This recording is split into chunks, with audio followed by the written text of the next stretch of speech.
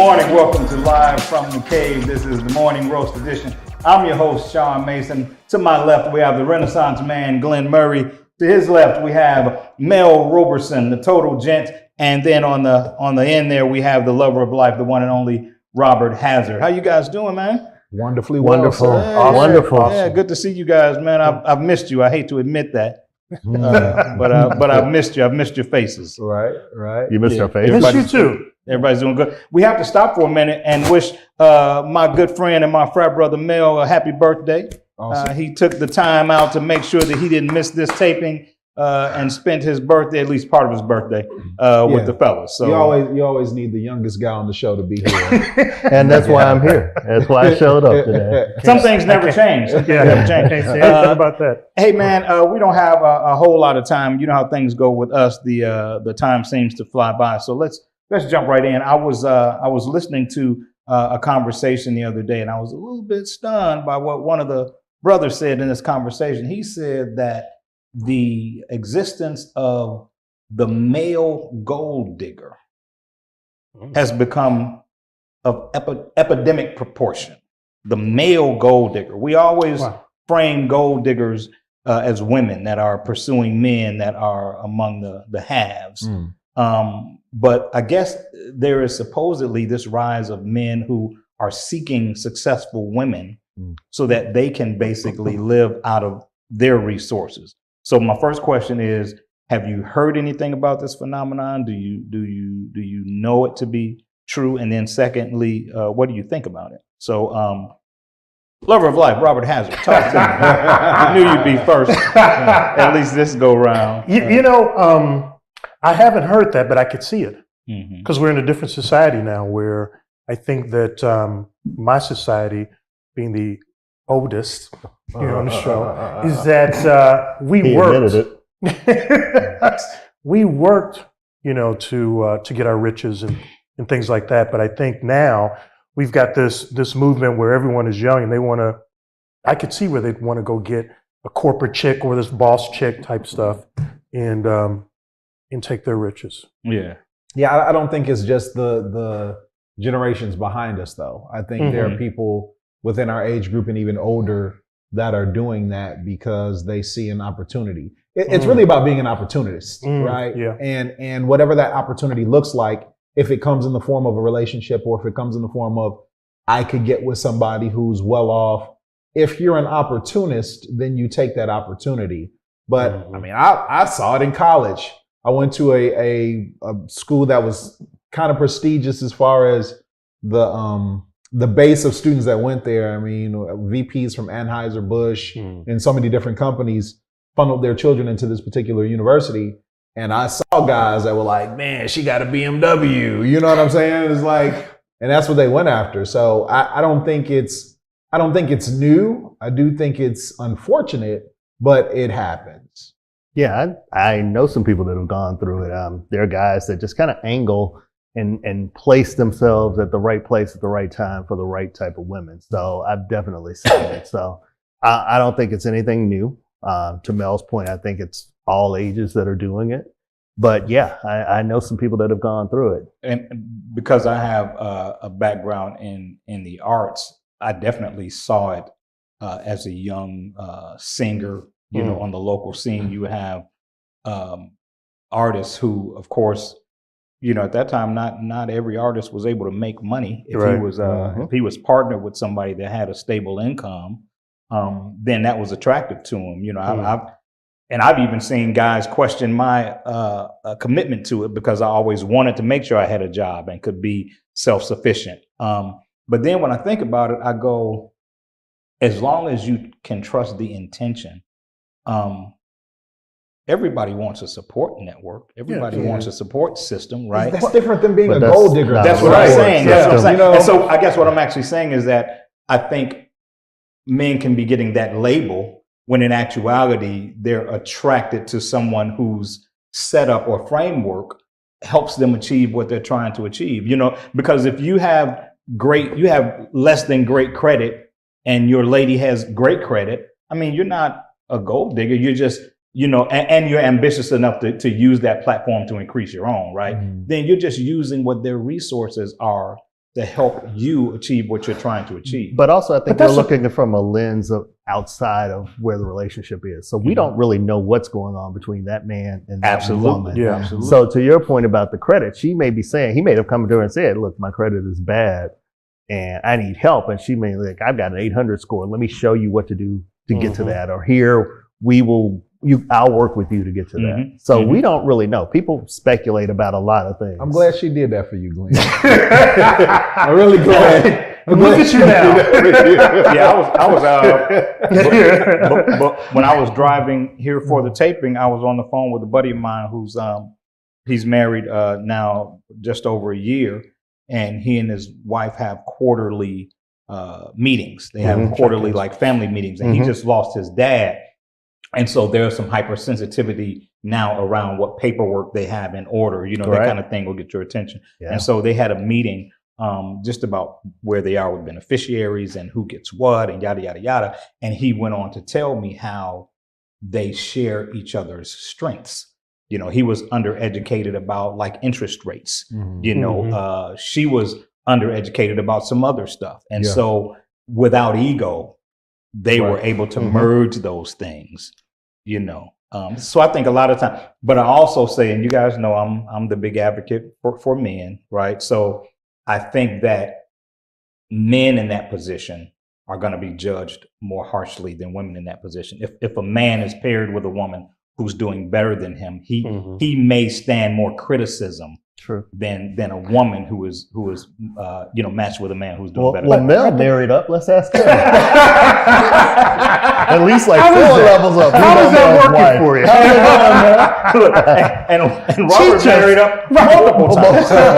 You know, I'm just saying, you know. But yeah, I that had been on my mind. But isn't that a real partnership, though? I mean, in terms of what you talk about. I think that that's what we really want is partnerships at any level. I think that's I think we've lost that, Robert. I really do, man. I think that I think we've become such an adversarial culture when it comes to dating, and we don't see our mates or our potential mates as people that are on our team. You know, it's like you know, you might get lucky enough, like Mel and Mo are like the same freaking person. You know what I'm saying? So sometimes you get lucky, like my brother and my sister-in-law, same person, right? But outside of that, man, you find that it's not only is there this audition culture, you know, to it, but then there's this adversarial culture. And I want to say we're on the same team. I would venture to say that there are more couples like me and my wife. There are more people out there that are in strategic partnerships that are amazing that we just don't hear about because our culture and social media tends to edify the negative as opposed to put people like us in the forefront. So I wouldn't say that it's not happening. I think we hear a lot less about it only because of the way our culture and our society bad news travels much faster than good news. And the fact that many couples are not, you know, out on social media publicizing, you know, what's happening, right? That's true. You know, because they're living their lives and they're enjoying, you know, their families, living in the moment, etc. It's only the people that are on social media. But if you think about on social media, friction gets the headlines. Always. People, the views, the likes, and all of that come from people talking about divorces and couples that have been together, or somebody got caught cheating, or somebody was unfaithful in some way, shape, or form. So it's sad. It's a sad commentary on life. So ultimately, it's about what your intention is. If you partner with somebody who's in a better position than you, but you're looking to glean from them, you're looking to learn from them, they're looking to share with you, then that's a whole different concept. So I know that the male gold digger exists. I don't believe that it's in epidemic proportion. You guys have been great, man. We need to take a quick break. We'll be right back live from the cave. Morning Roast. The perfect couple with the perfect family until their oldest child is gunned down by police officers. From the author of The Expert Witness, Marvin Mason releases his new book, Come Undone, available on Amazon and Kindle. Join us, Indie TV, where you will see the talk shows, movies, drama, action, and comedy. Be the first and see it first. Sign up now for free at Indie TV. Imagine your own private wine tour. That's Wine Crawl, providing you an experience that's second to none.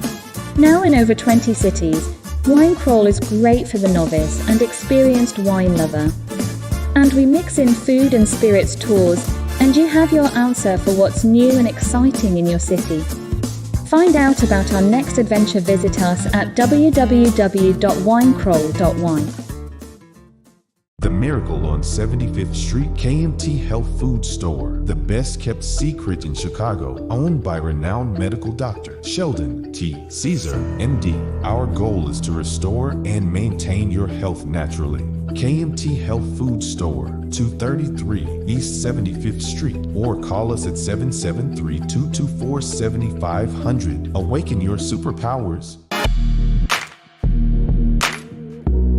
Hey, welcome back to Live from the Cave, the Morning Roast. I'm here with the guys, Glenn, Mel, and Rob. You guys doing all right? Wonderful. Awesome. All right. Hey, Can, man. can we move my chair? We're gonna put it on this side of Glenn. so that way, you get your wish, but you really don't get your wish. Right. You still next to your nemesis. Hey man, you guys know me, and I'm always scouring the internet for great stuff for us to unpack and talk about. And I came across a young lady who was posturing on TikTok about us, and I mean us as in our specific gender and our specific hue. And this lady said that our culture was the only culture where women are expected to help the man build financially. She cited some cultures where some men aren't allowed to marry if they aren't equipped with certain financial means. And she went on to say that she doesn't see men of other cultures at all have any expectation financially of the women that they're paired with. So of course, twofold question: do you believe it's true?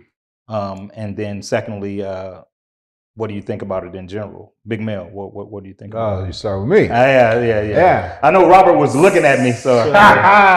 So I think I may have seen the post. If not, I've heard this conversation before. There's so much to unpack. I agree. In this particular topic, and I don't even want to get into systemic racism or how our family culture has been attacked, what we've had to deal with psychologically, the need for a 2-income home. And as you answered that, though, don't you think that it's important that those things are considered when those points of view are thrown out there like that? Absolutely. Yeah. But the other thing too is other cultures aren't as vocal about financial stability or financial status. They keep so much stuff in-house that we wouldn't hear those conversations. My friends that are of Asian descent or whatever, they're not putting all of their stuff out on social media or having those type of conversations because there's a certain level of respect for the family structure, the family unit, and what it takes to keep that cohesiveness as a family. And I think psychologically, just as an African American, there are so many things that I have to deal with or that we have to deal with on a regular basis. And social media has become the platform for us to vocalize it, whether it's good, bad, or indifferent. And then that can get turned around so quickly and people jump on bandwagons that it's theoretically impossible to assess that situation. So yes, I think that it does probably happen in other cultures more than we know about. I wouldn't say no other culture does that. And I also think that part of the strength of being a Black family comes from the ability for us to build together, right? Like, don't get me wrong. My dad was a protector and a provider. My mom didn't work. She was a stay-at-home mom. It was different in the 70s and 80s than it is now, where the cost of living has gone up, the lack of jobs. You really need to be an entrepreneur or some high-level C-suite person to be able to take care of the family to the degree that women want, right? So it's different if you have somebody who's of modest means and you have a woman that wants to live a modest lifestyle. But when she's talking about men that can't provide, they're talking about providing the 5-bedroom house, the 3-car garage, the vacations once a quarter, Yeah. all of those things. And that's fine if you want that, right? But I think that it would be important to realize, okay, you're not going to get that with a school teacher. You're not going to get that with a bus driver, and then there's such a shortage of black men that are in those positions financially to be able to do that the pool for women to get that is not as vast as they would hope. Yeah. So- First of all, I'm impressed that two old dudes like you are on TikTok and know what it is. I'm the youngest one in the group. Cheers to, Hey, to man, both of you. I for got that. I got a lot of tick in my talk. I'd have you know. That's what we're worried about. That's first Just like thing. I got a lot of hip in my hop. But Yeah. Okay. Oh yeah. my God. Okay. Okay. That being said, my first problem with this is what's her frame of reference? right. First of all, she's on TikTok. So what made her the expert on African American relationships? You're right. First of all, with Right. her pool of maybe 10,000 Right, people that sure. she's seen, Mhm, you can't, just because I look at the stars doesn't make me Neil deGrasse Tyson. Right. I can't be an astrophysicist just because I see the stars and can identify the I mean, sky. I was impressed that you could say that. I know, me too. I practiced before the show. Yeah, I figured. But your frame of reference is limited to what your environment is and what you see on TV or what you hear your friends say. Mhm. And I'm not going to dismiss this person because I don't know them. But if you're under 30 and your frame of reference is your friends that are in that age range, then you don't have a real frame of reference about relationships and how relationships work. So you can't decide for 14 million people around the world that it's just not working and every relationship is like that because you don't have that kind of access, that kind of knowledge, that kind of intelligence to make that informed decision. And before I ask Robert to share, Oh, Robert just agrees with what we said. basically. I mean, Mel has actually said everything that I would say. I am the youngest and the smartest in So the he group. says. I think so often, and I really think it's a lot more dangerous than we realize, but it's so easy to speak from a place of strength. When you're doing well in a certain area and you want to be judgmental about people that are not doing as well in that same area, I think sometimes we can lose perspective because we start to live in a bubble in a sense. And it's like, okay, what I've experienced and what I've accomplished dictate my lens going out, and everybody's circumstance and situation doesn't mirror yours. So that's an unfair barometer to use. But Robert, I'd love to hear anything that you got left from what Mel said. Mel was so eloquent, covering let's, this topic. Please, let's not blow Mel. Any more On his bigger birthday. than it well, already it's his is. birthday, It's so already we pretty can, big, yeah. it's his birthday. We can give him that. Right. But I think initially what we were talking about is families getting together, and I think that we've lost that whole cohesiveness in what Mel said in terms of what we see happening. I think when we look at our culture, right? We were back in the 60s, et cetera. It was all about staying together. My mom was a stay-at-home mother too. She worked a little bit, but it wasn't really necessary for her to work. It was really just, she was there for us when we came home from school, et cetera. And I think that those family dynamics worked, back then. I think it's been, convoluted now and I also think that back then they didn't share as much about finances and things like that was going on. We also even saw that in the work environment. When we got into a work environment, we didn't share our salaries, and stuff like that. There's a reason, I think, for all of that sort of stuff. But almost to piggyback something Mel said in his sharing, why wouldn't you want that? I know it's culturally specific, but if you're well equipped and she's well equipped, But why it's- wouldn't you want to put your efforts together? But- you know what I'm saying? But to Mel's point, is it culturally specific? We just see it more. in Right, our culture. 'cause we But identify, right? I'm saying from the Going on. standpoint that this lady was saying that black men were flawed because we wanted that from our mates. How many black men does she know? Yeah, what was that, the survey true that. question? I mean, how many? She might know a lot. I mean, so here's the thing. When you really get down to it, right?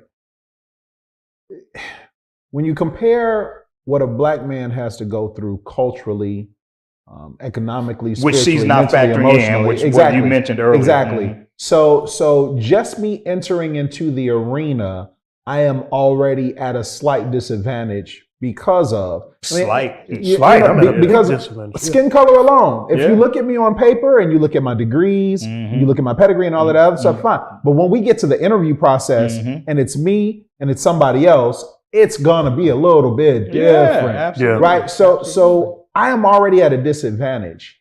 If I could have support Yeah. while I'm going through my disadvantage in order to make the family unit progress better, then we're all winning. Yeah, yeah. Like I said earlier, man, I wish we could get back to being on the same team. And I feel like, we've lost that ability. Hey, man, it's been live from the cave, the morning roast.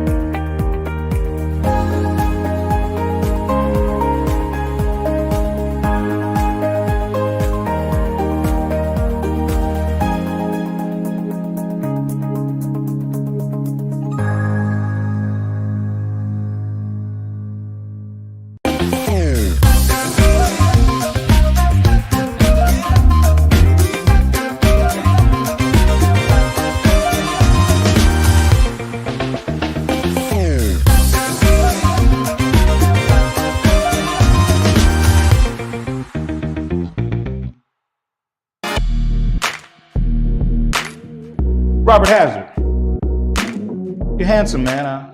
Thank you, brother. Good to see you, man. You got the sparkle in your eyes. Over here like the black egg Lincoln. the Chicago-based Silver Fox. Hey, as a black man, tell me something that you're proud of, man. I'm proud of the fact that I can actually tell my kids that I love them and that they're in the things that they're accomplishing. I'm proud of.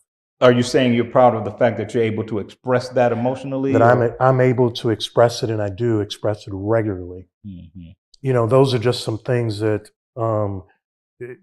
maybe I didn't see, coming up, and so I had this rigidness about me in terms of what my expectations were for my children. But now I get an opportunity to do it, and as well as spending time with my grandkids. And there's nothing like it. Yeah. There's nothing like it. I see your time on social media with them, man. You always look like you're just on top of the world. Man, I'm on top of the world. My granddaughter is talkative as I don't know what. Papa, what, this. That warms my heart, man, to be able to spend this time. And my grandboys with FaceTime, and we've got technology that we can use, and they're jumping all over the place having these kind of conversations with me. And I mean, that gets me excited. Yeah, you're tearing up, man. I can see it. I am actually. Yeah. Big Mel, man. Something that you're proud of as a black man. Robert just took my answer. See, finally I did something. It only took 3 years. You usually take his, so I am proud that I think mine is twofold, that I'm able to be an example of what's possible. I went from all hood to all good. Grew up in the South Shore area back in the 80s and 90s. Got shot outside my own house my senior year in high school. So, where I came from and the things that I experienced, went through, and participated in, that I'm honestly not that proud of, but I know it's part of my process and part of my story, to be able to be an example for other people about what's possible and to help other people have that light bulb moment in life. I think my purpose here has just been to get people to see what their potential is, and that anything is possible if they're willing to have faith, work, and vision. Faith, hard work, and vision. And so for me, that's been, whether it be for my children, whether it be for my community, whether it be for clients, whether it be for people I'm just meeting, airport conversations, to talk to somebody and get them to say, okay, I could see that my life can be different if I'm willing to put in the effort and have a vision that's big enough and compelling enough to move me towards what I believe life should be like. That's amazing. Yeah. Glenn. So I'm proud of me and this being the best version of me. Not me. That didn't come out right. That's so that's so you, Glenn. Right. What I meant was, Sean, before you rudely interrupted me, you done now? You done? You through? Thank you. I'm proud of me being the best version of myself that I could become. I'm proud that I have a diverse group of friends that respect what I've done, that respect me. I'm proud that I can be an encouragement to other people. I try to really live my life that way and encourage everybody. I've tried to do it with you guys. You're a little bit tougher to do it with, but we're still working with y'all projects. And, I'm holding all this in. Process. It's the closing. Oh, Don't do it. Don't even say anything. But no, seriously, I'm proud of where I've come from, where I've become, and I'm proud of where I'm going. Most importantly, we talk a lot about what we've gone through and everything, but where are you headed? What's your future looking like and things like that? And I'm proud of all the things that we've accomplished. I'm proud of all of us and what we've done with the show, with our producers, and just excited about my future. That's awesome. What about you, Sean Mason? Yeah, tell us, Sean. I'm proud of the resilience we represent. Even in our varying stories. Mel talked about how things change when he walks in the room, regardless of what the paper may look like. And so I'm proud of the fact that whether we want to acknowledge it or not, our hue hovers over us at night as we sleep. We can't get away from it. It is a challenge the moment we leave our homes every day. Yeah. And we're still here. We're still standing. We're still thriving. And so I think even on our lowest days, we have to remember that we're already a success because we made it this far with everything that's already stacked against us. So Yeah. our resilience is what I'm the most proud of. To the fellas. To the fellas, There you go. live from the cave, the new chapter, the morning roast. We see you guys the next time.